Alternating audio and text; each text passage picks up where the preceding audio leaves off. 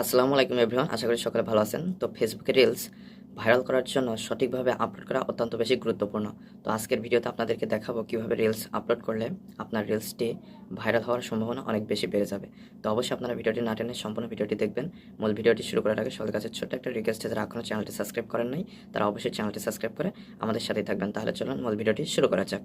তো এর জন্য প্রথমে আপনারা চলে আসবেন ফেসবুকের যে অফিসিয়াল অ্যাপসটি রয়েছে, এই অ্যাপসটিতে আসার পরে আপনার আইডি হলে আইডিতে লগ ইন করে নেবেন, আর যদি আপনার পেজ হয়ে থাকে তাহলে পেজে সুইচ করে নেবেন। সুইচ করে নেওয়ার পরে আপনারা জাস্ট এই যে প্রোফাইল আইকন এখানে অথবা এই প্রোফাইল আইকন এখানে ক্লিক করবেন। তো আমি এইখানে ক্লিক করে দিচ্ছি।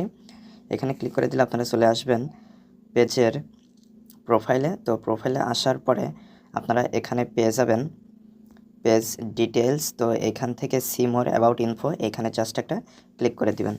ক্লিক করে দেওয়ার পরে আপনারা এখানে ক্যাটাগরিটা দেখতে পারবেন। তো আমার এখানে দেখতে পাচ্ছেন ইনফরমেশন অ্যান্ড টেকনোলজি কোম্পানি এটা দেওয়া রয়েছে। তো আমি জাস্ট এডিট এখানে ক্লিক করে দিব।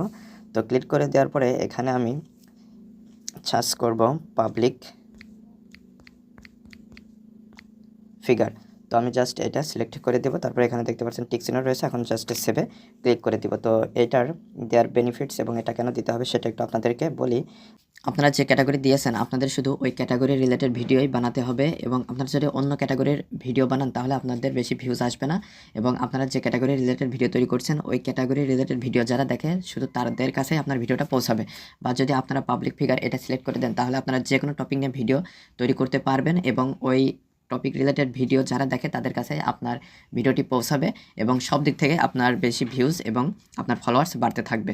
তো এই কারণে আপনারা পাবলিক ফিগার এটা ব্যবহার করতে পারেন। তো আমি জাস্ট এটা সিলেক্ট করে জাস্ট সেভে ক্লিক করে দিচ্ছি। সেভে ক্লিক করে দিলে আপনার যে ক্যাটাগরিটা ছিল সেটা চেঞ্জ হয়ে পাবলিক ফিগার এটা সেভ হয়ে যাবে। তো আমি এখানে ব্যাকে আসছি। ব্যাকে আসার পরে এখানে আমার দেখতে পাচ্ছেন ইনফরমেশন টেকনোলজি কোম্পানি এইটা দেওয়া রয়েছে। আমি জাস্ট এখন একটু রিলোড দিচ্ছি।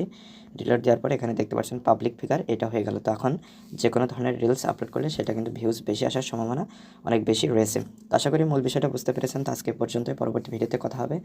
ধন্যবাদ সবাইকে।